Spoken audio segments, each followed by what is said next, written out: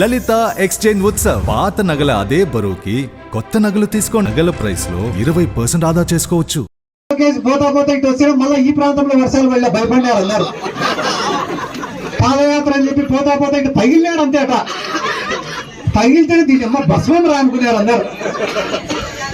అంటే మళ్ళా ఈ రోజు మళ్ళా చంద్రబాబు నాయుడు గారు బయటికి వచ్చి బాబు షూరిటీ భవిష్యత్తుకు గ్యారంటీ అంటున్నారు. దయచేసి మీరు కూడా ఆలోచన చేసి ఒక మంచి నిర్ణయం తీసుకోండి. ఎందుకంటే ఓటు అనేది నేను నా జీవితంలో భావించినది ఏమంటే మంచి చేయాలా, ఓటు అనేది అడగాల, అంతే తప్ప అడుక్కోకూడదు. ఈ ప్రాంతంలో ఉండే నాయకులు వైరెడ్డి రాజశేఖర రెడ్డి గారు కావచ్చు, శివానంద రెడ్డి గారు కావచ్చు, గౌరవ వెంకటరెడ్డి గారు కావచ్చు, పోయినసారి ఎన్నికల్లో అందరూ ఒకటే బస్సు ఎక్కినారు పటేల్ సెంటర్ లో.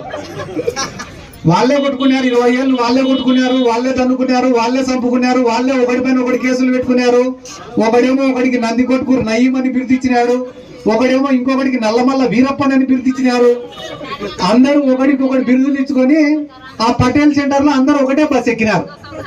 అందరూ ఒకటే బస్సు ఎక్కుతేనే ఈ నంది కొట్టుకురు నియోజకవర్గ ప్రజలందరూ కూడా బాగా పిల్లలకు వాత పెట్టారు. 40,000 ఓట్ల మెజార్టీ ఇచ్చినారు వైఎస్ఆర్ కాంగ్రెస్ పార్టీకి.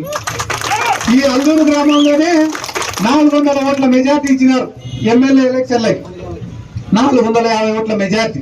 కానీ మీకు ఇప్పుడు నేను చెప్పే విషయం ఏమరా అంటే, పోయినసారి అందరూ ఒకటే బస్సు ఎక్కినారు కాబట్టి మీరు మా పెద్ద గుణపాఠం చెప్పినారు వాళ్ళకి. వాళ్ళు కూడా కనుక్కున్నారు, అది ఒరే మనం అందరం ఒకటే బస్సు ఎక్కుతే కానీ మనల్ని బతకనియారా ఈ నందికొట్కూరు ప్రజలు అని చెప్పి కనుక్కున్నారు. కాబట్టి ఈసారి ఏం చేస్తారు, తలా ఒక బస్సు కొనుక్కున్నారు. తలా ఒక బస్సు కొనుక్కొని మళ్ళీ అందరు పటేల్ సెంటర్కి వస్తారు.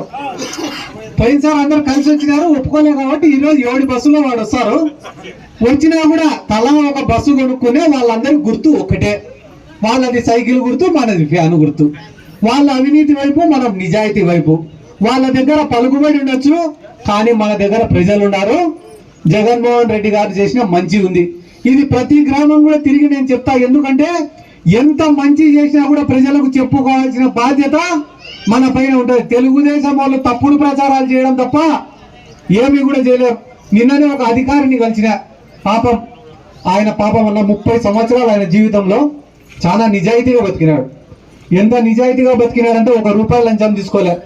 ఎంతోమంది ఆఫీస్కి వచ్చి సాయం చేయమని అడిగినా కూడా నిజాయితీగా పనిచేశాడు.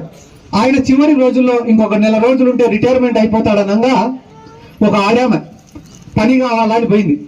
సార్ నాకు ఈ పని చేయంటే, అమ్మ రూల్ ప్రకారం ఈ పని కుదరదమ్మా అంటే, నాకే పని చేయవా నువ్వు అంటే, అమ్మ చెయ్యలేనమ్మా నాకు ఆ శక్తి ఉంటే ఎందుకు చేయను నేను అంటే, వెంటనే బయట కొంచెం బట్టలు చింపుకొని పరిగెత్తుకుంటా బయటికి పోయి కేసు పెట్టింది ఆయన పైన.